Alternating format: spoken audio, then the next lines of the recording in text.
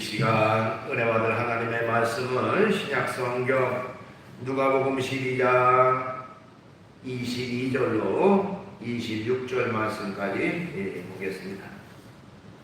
받도록 봉독을 하겠습니다. 또 제자들에게 이르시되 그러므로 내가 너희에게 이르노니 너희 목숨을 위하여 무엇을 먹을까 몸을 위하여 무엇을 입을까 염려하지 말라. 목숨이 음식보다 중하고 몸이 의복보다 중하니라. 까마귀 이를 생각하라. 심지도 아니하고 거두지도 아니하며 골방도 없고 창고도 없으되 하나님이 기르시나니 너희는 새보다 얼마나 더 귀하냐. 또 너희 중에 누가 염려함으로 그 길을 한자나 더 할 수 있느냐. 그런즉 가장 작은 일도 하지 못하면서 어찌 다른 일을 염려하느냐. 아멘. 말씀은 26절까지 받들어 봉독을 했습니다. 오늘 주어진 본문 말씀 가지고 제목을 염려를 감사로 바꾸라, 이런 제목의 말씀으로 같이 은혜를 나누려고 합니다. 미국에 J.C. 펜이라고 하는 사람이 있었습니다. 이 펜이라고 하는 사람은 목회자의 아들로 태어났는데요. 그는 젊은 시절에 사업을 시작했지만은 거듭된 실패로 많은 빚을 지게 되었습니다.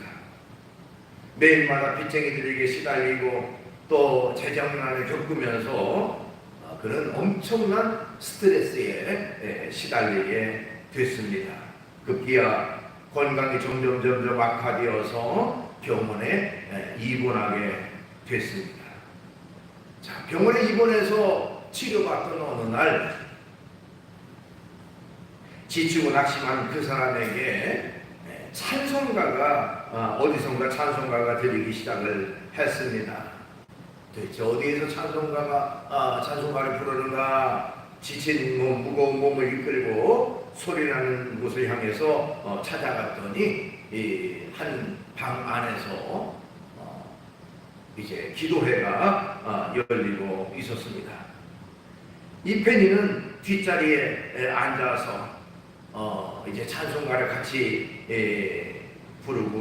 불렀는데요. 그 찬송가가 조금 전에 우리가 같이 불렀던 찬송가 382장 너 근심 걱정 말아라는 그런 찬송가였습니다. 자, 그 찬송가를 같이 부르는 순간 이 펜이의 마음속에 이제까지 가지고 왔던 그 고통과 괴로움과 또 두려움, 그런 근심들이 하루아침에 사라지게 됐습니다.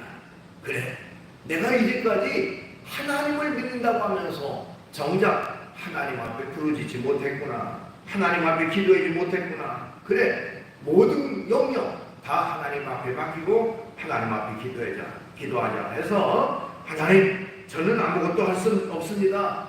저는 오로지 하나님만 의지합니다. 하나님 도와주세요 하고 간절하게 기도를 했습니다. 그때의 경험을 그는 이렇게 고백을 했습니다. 나는 무한히 어두운 공간에서 찬란한 태양빛으로 옮겨지는 느낌이었으며 마음속에 무거운 짐이 옮겨서 그 방을 나올 때 새로운 사람이 되었다. 이렇게 나중에 간증집에 써놨습니다. 실제로 그는요, 거기에서 새 힘을 얻어서 점점 건강이 회복될 뿐만 아니라 용기를 내서 다시금 사업에 뛰어들어서 성공하게 됐고, 결국에는 우리가 잘 아는 대로 미국의 백화점 왕이라고 불렸던 사람이 바로 이 J.C. 펜이라고 하는 사람입니다.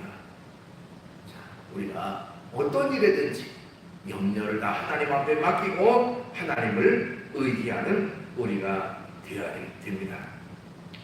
자, 오늘 본문 말씀에 보면 주님께서는 우리에게 염려하지 말라 이렇게 말씀을 하십니다. 22절 또 제자들에게 이르시되 그러므로 내가 너희에게 이르노니 너희 목숨을 위하여 무엇을 먹을까 몸을 위하여 무엇을 입을까 염려하지 말라 이렇게 말했어요. 그 다음에 26절 말씀, 그런즉 가장 작은 일도 하지 못하면서 어찌 다른 일을 염려하느냐는 말씀도 있습니다. 자, 여기 나오는 염려라고 하는 단어를 좀 우리가 살펴볼 필요가 있는데요. 염려라는 단어는 그리스어로 메린나우라고 하는 단어를 사용하는데, 영어로는 우리가 잘 아는 대로 worry라고 하는 단어를 사용합니다. 근데 이 worry, 즉 염려라고 하는 이 worry라고 하는 단어의 어원을 보니까 아주 재미있는 말인데, worry라고 하는 말의 어원은 물어뜯는다, 그런 의미를 담고 있습니다. 자, 여러분, 무언가가 물어뜯으면요 상처가 생기고 피가 나고 치명적인 그런 건강에 위협을 가져다 줍니다. 마치 염려하는 것도 마찬가지예요. 우리가 때때로는 우리의 삶에 대해서, 의복에 대해서, 음식에 대해서, 건강에 대해서, 세상 일에 대해서 염려하고 근심할 때마다 어떻게 보면 그것이 나를 물어뜯는 결과가 돼서 상처가 나는 스스로를 해치는 그런 결과가 되어진다는 겁니다. 그 때문에 여기 이 예수님의 말씀과 같이 염려하지 말라 하는 그 말씀을 우리가 기억을 해야 되는 것입니다. 유명한 기독교 심리학자였던 헨리 나우엔이라고 하는 사람은요, 염려한다는 것을 이렇게 말했습니다. 아직 내 앞에 오지도 아니한 시간과 장소를 무언가로 채우려 하는 것이 염려다, 이렇게 얘기를 했어요. 그게 무슨 말이냐면, 염려라고 하는 것은 혹시라고 하는 것으로 가득 찬 것이 곧 염려다, 이렇게 말했습니다. 자, 우리가 살아가면서 혹시라는 말 가끔 쓸 때가 있죠. 혹시 병에 걸리지 않을까, 혹시 자동차 사고가 나지 않을까, 혹시 실직하지 않을까, 또 혹시 자녀들에게 어려운 일이 있지 않을까, 이런 혹시라고 하는 말을 가끔 사용할 때가 있는데, 이것이 곧 염려라고 하는 것의 특성이다. 그러면서 염려는 아직 다가오지 않은 것을 미리 다가온 것으로 예상해서 내가 그것 때문에 고통받고 괴로워하는 것이 곧 염려다. 그것 때문에 우리가 불안해지고 두려워지고 우울해지게 된다는 것입니다. 때문에 이와 같은 쓸데없는 염려, 즉 내게 다가오지 않은 일인데 그걸 다가온 것처럼 염려하고 근심하는 것은 결코 바른 것이 아니라, 이렇게 얘기를 했습니다. 자, 성경에 보면요, 염려라고 하는 것을 오늘 본문 말씀에 염려하지 말라, 그 말씀하고 있는데요. 그러나 때때로는 성경은 염려하라 라고 하는 말씀도 있습니다. 염려하라. 그 성경에는 염려하지 말라 는 말씀도 있고요, 때로는 염려하라 하는 말씀이 있는데, 세상 근심은, 세상 염려는 하지 말라. 그러나 성경에 우리가 하나님의 뜻대로 하는 근심을 하라고 말씀했어요. 고린도후서 7장 10절에 하나님의 뜻대로 하는 근심은 후회할 것이 없는 구원에 이르게 하는 회개를 이루는 것이요, 세상 근심은 사망을 이루는 것이니라. 세상 근심하지 말고 하나님의 뜻대로 하는 근심, 하나님의 뜻대로 하는 염려를 해라 그랬는데요, 성경의 몇 곳을 한번 찾아보려고 합니다. 성경에 염려하라 하는 말씀도 있는데, 뭘 염려하라고 그랬느냐? 우선은 교회를 위해서 염려해라 그랬어요. 교회를 위해서 염려해라. 고린도후서 11장 28절 말씀입니다. 고린도후서 11장 28절, 이 외의 일은 고사하고 아직도 날마다 내 속에 눌리는 일이 있으니 곧 모든 교회를 위하여 염려하는 것이라. 교회를 위하여 염려하는 것이 내 마음속에 있다. 자, 우리가 해야 할 염려는 교회를 위해서 염려하는 겁니다. 즉, 어떻게 해서든지 우리 교회가 부흥해야 되는데, 어떻게 하면 전도를 많이 할까, 어떻게 하면 하나님의 영광을 드러내는 아름다운 교회가 되게 할까 하고 우리가 교회를 위해서 염려하는 생활이 있어야 된다.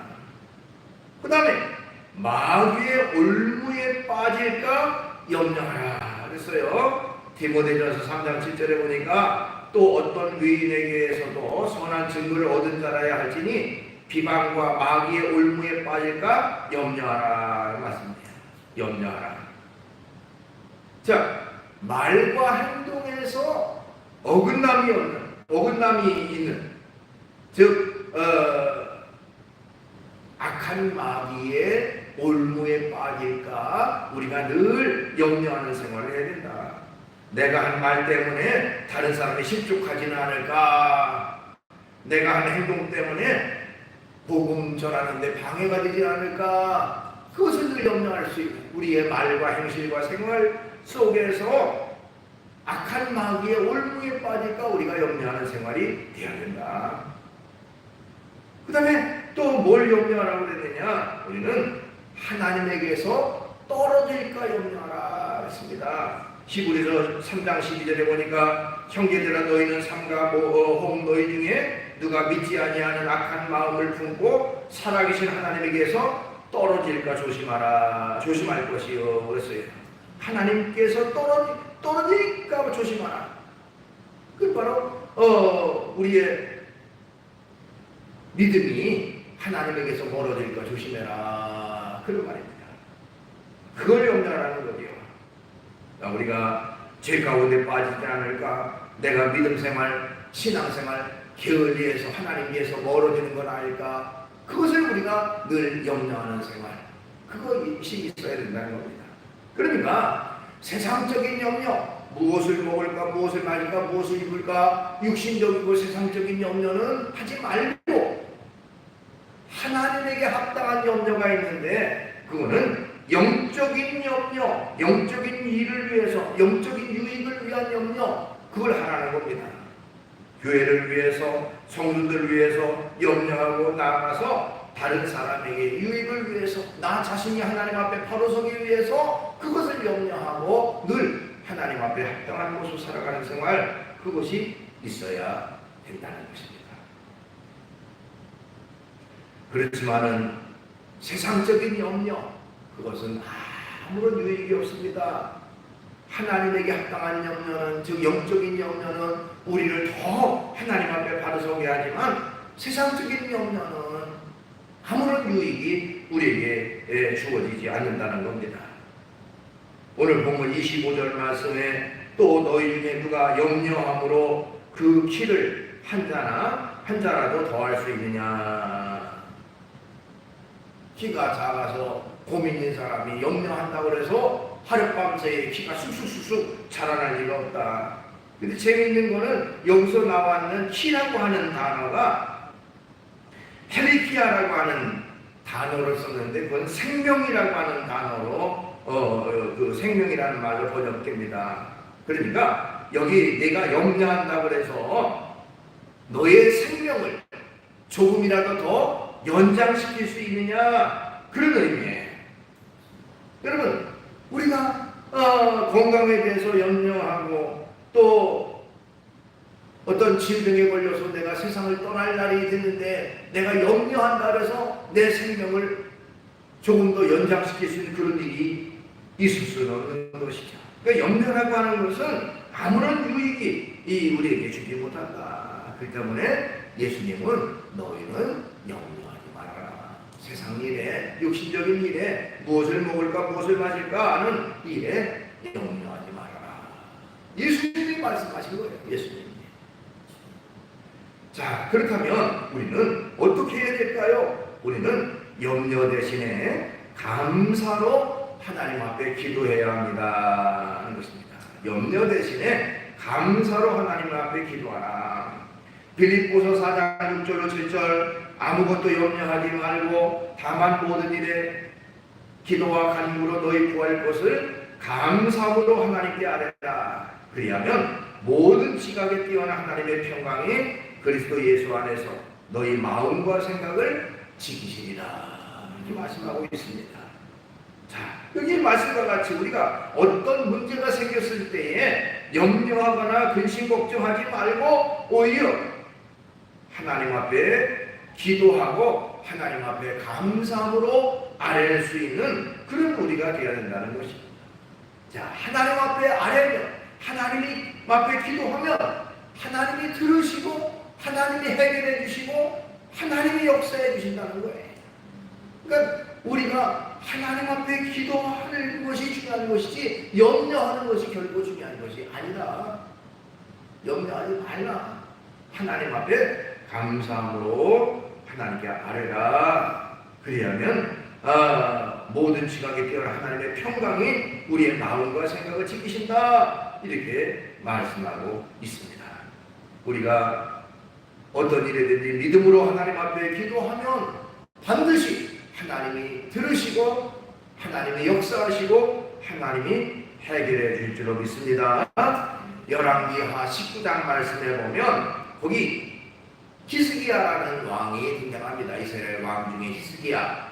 근데 그 당시에 최고의 강대국, 주변국 가운데 강대국이었던 아수르라고 하는 나라가 있었는데, 이 아수르가 호시탐탐 이스라엘을 침략을 하게 됩니다. 급기야 아수르가 완전히 선전포고를 하고 지금 침략해서 점령하러 이제 다가왔습니다. 온갖 말로 하나님에 대해서 악담을 하고 이스라엘 민족에 대해서, 이스라엘 사람들에 대해서 악담을 하는 그런 이야기를 했을 때에 히스기야는 먼저 하나님의 성전에 가서 하나님 앞에 간절한 마음으로 기도를 했습니다. 하나님 앞에 기도하니까 하나님께서 기적과 같은 그런 결과로 승리할 수 있도록 역사하셨습니다. 성경을 한번 찾아볼까요? 열왕기하 19장. 열왕기하 19장.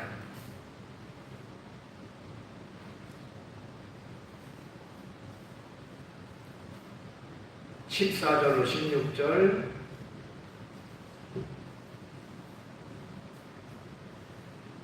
아, 596쪽에 있어요. 구약성경 열왕기하 19장 14절로 16절까지 천천히 한번 같이 읽어볼까요? 시작. 히스기야가 사자의 손에 편지를 받아보고 여호와의 성전에 올라가서 히스기야가 그 편지를 여호와 앞에 펴놓고 그 앞에서 히스기야가 기도하여 이르되 그릇들 위에 계신 이스라엘의 하나님 여호와여, 주는 천하 만국의 홀로 하나님이시라. 주께서 천지를 만드셨나이다. 여호와 귀를 기울여 들으소서. 여호와의 눈을 떠서 보시옵소서. 사내들이 살아계신 하나님을 비방하러 보낸 말들을 들으시옵소서 하면서 기도했어요. 그랬더니 하나님께서 즉시 응답하셨습니다. 그 내용이 20절 말씀에 있어요. 20절 읽습니다. 시작. 아모스의 아들 이사야가 히스기야에게 보내 이르되 이스라엘 하나님 여호와의 말씀이 내가 아수르 왕 사내립 때문에 내게 기도하는 것을 내가 들었노라 하셨나이다. 하나님이 들었다는 겁니다. 그들이 어떻게 역사하셨는가? 35절을 보겠습니다. 35절 같이 읽습니다. 시작. 이밤에 여호와의 사자가 나와서 아수르 진영에서 군사 18만 5천 명을 친지라. 아침에 일찍 일어나 보니 다 송장이었더라. 아멘. 뭐 기적과 같은 그 막강한 아수르 군대가 하나님의 역사하신 일순간에 죽은 그런 사람들이 되어졌다. 자, 하나님이 이렇게 히스기야의 기도를 들으시고 놀라운 역사를 이루셨다는 겁니다. 자, 히스기야에게 역사하셨던 하나님은 오늘날도 역사하십니다. 저와 여러분이 간절한 마음으로 하나님 앞에 기도했을 때에 하나님이 들으시고 하나님의 놀라운 역사로 이루어 주십니다. 그렇기 때문에 예수님께서도 말씀하셨어요. 마태복음 7장 7절로 8절. 구하라 그러면 너에게 주실 것이요, 찾으라 그러면 찾아낼 것이요, 문을 두드리라 그러면 너에게 열릴 것이니 구하는 자마다 받을 것이요 찾는 이는 찾아낼 것이요 두드리는 이에게 열릴 것이니라 말씀하셨습니다. 또 요한복음 14장 13절로 14절 너희가 내 이름으로 무엇을 구하든지 내가 행하리니 이는 아버지로 하여금 아들로 말미암아 영광을 받으시게 하려 함이라. 내 이름으로 무엇이든지 내게 구하면 내가 행하리라. 예수님이 약속하신 말씀이에요. 기도하면 이루어진다. 그러니까 중요한 것은 우리는 염려하지 말고 의심하지 말고 먼저 하나님 앞에 기도할 수 있는 부르짖는, 그래서 하나님의 응답하고 하나님의 놀라운 역사를 경험하고 체험하는 우리가 되어야 되는 것입니다. 자, 우리가 또한 분명히 알아야 될 것은요, 우리가 믿는 하나님은 우리에게 여러 가지 은혜를 베풀어 주시는 하나님이라는 사실 또한 기억을 해야 됩니다.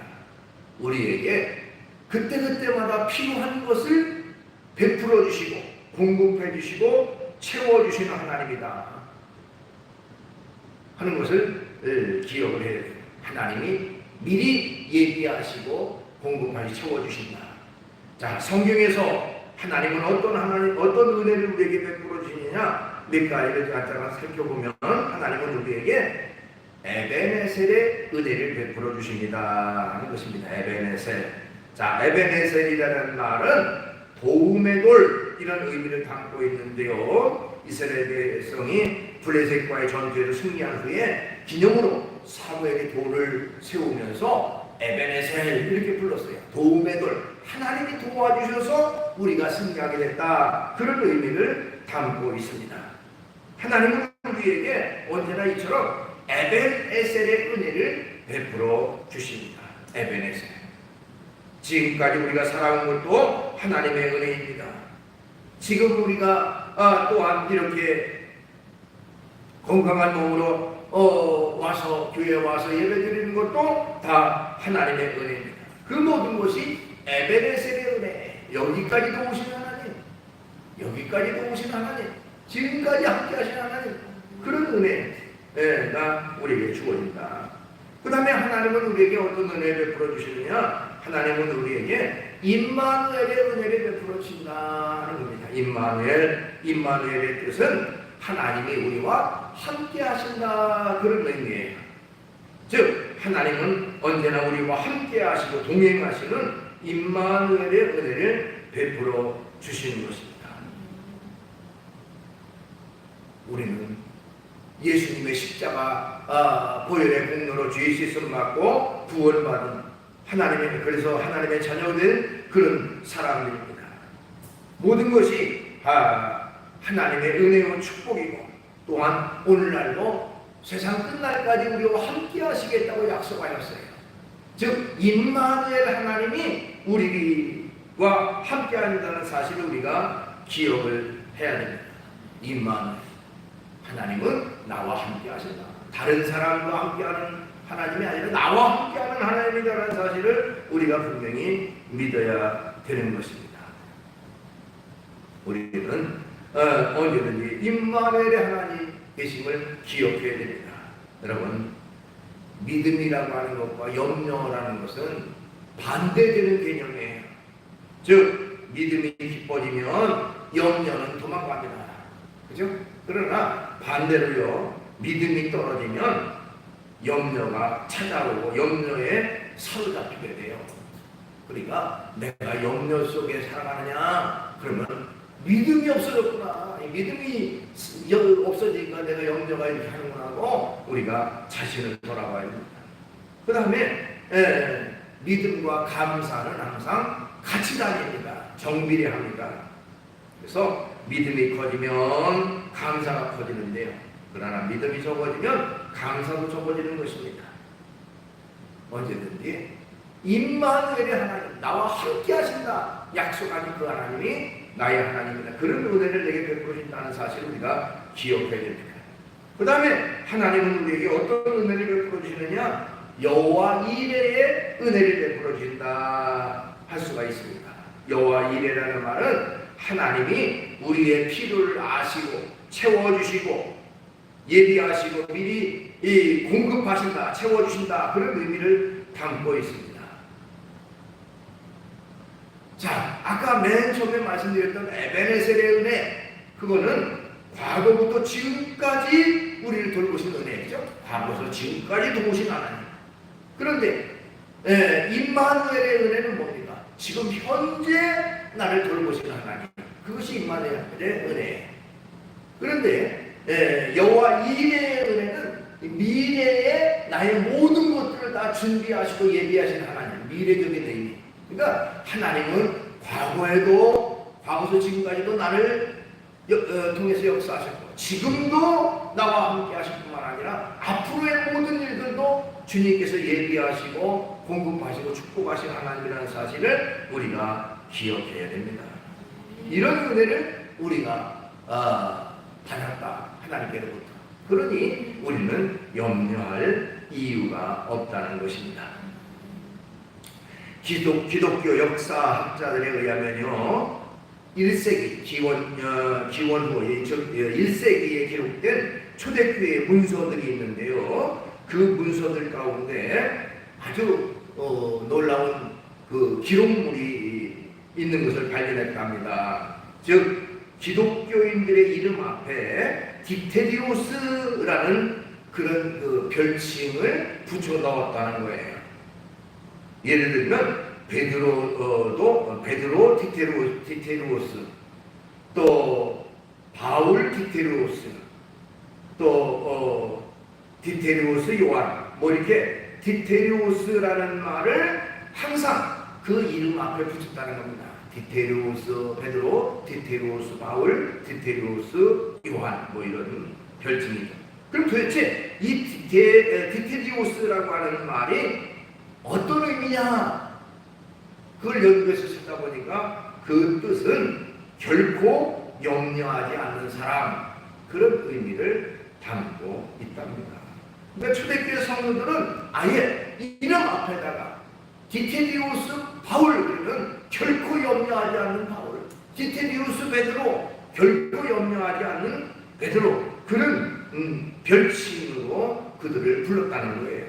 염려하지 않는 사람이라는 거예요. 왜? 하나님을 믿으니까 염려할 이유가 없다. 그래서 디테리오스라는 그 별칭을 항상 이름 앞에다 붙였다는 겁니다. 여러분, 저와 여러분도 우리의 이름 앞에 이 디테리오스를 붙여서 결코 염려하지 않는다. 내 생활 속에서는 결코 염려가 없다. 나는 하나님을 믿는 사람이다. 이런 어떤 확신을 가지고 하나님 앞에 나아가야 됩니다. 말씀을 정리합니다. 주님께서는 우리에게 염려하지 말라고 말씀하셨습니다. 우리는 염려 대신에 감사로 하나님 앞에 기도해야 됩니다. 하나님은 우리에게 에베네셀의 하나님 되시고 임마누엘의 하나님 되시고 여호와 이레의 하나님, 그런 은혜를 우리에게 베풀어 주십니다.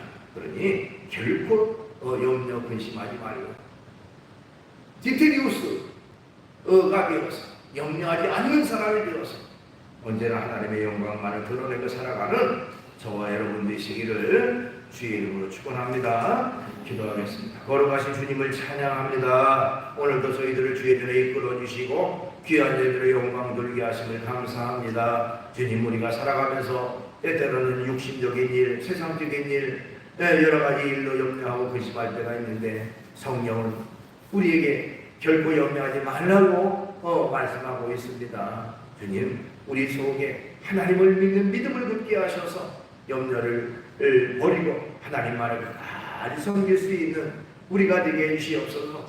결코 염려하지 않는 디테리우스의 모습이 바로 우리의 모습이 될 수 있도록 인도해 주시기 원합니다. 예수님의 이름으로 기도하옵나이다. 아멘.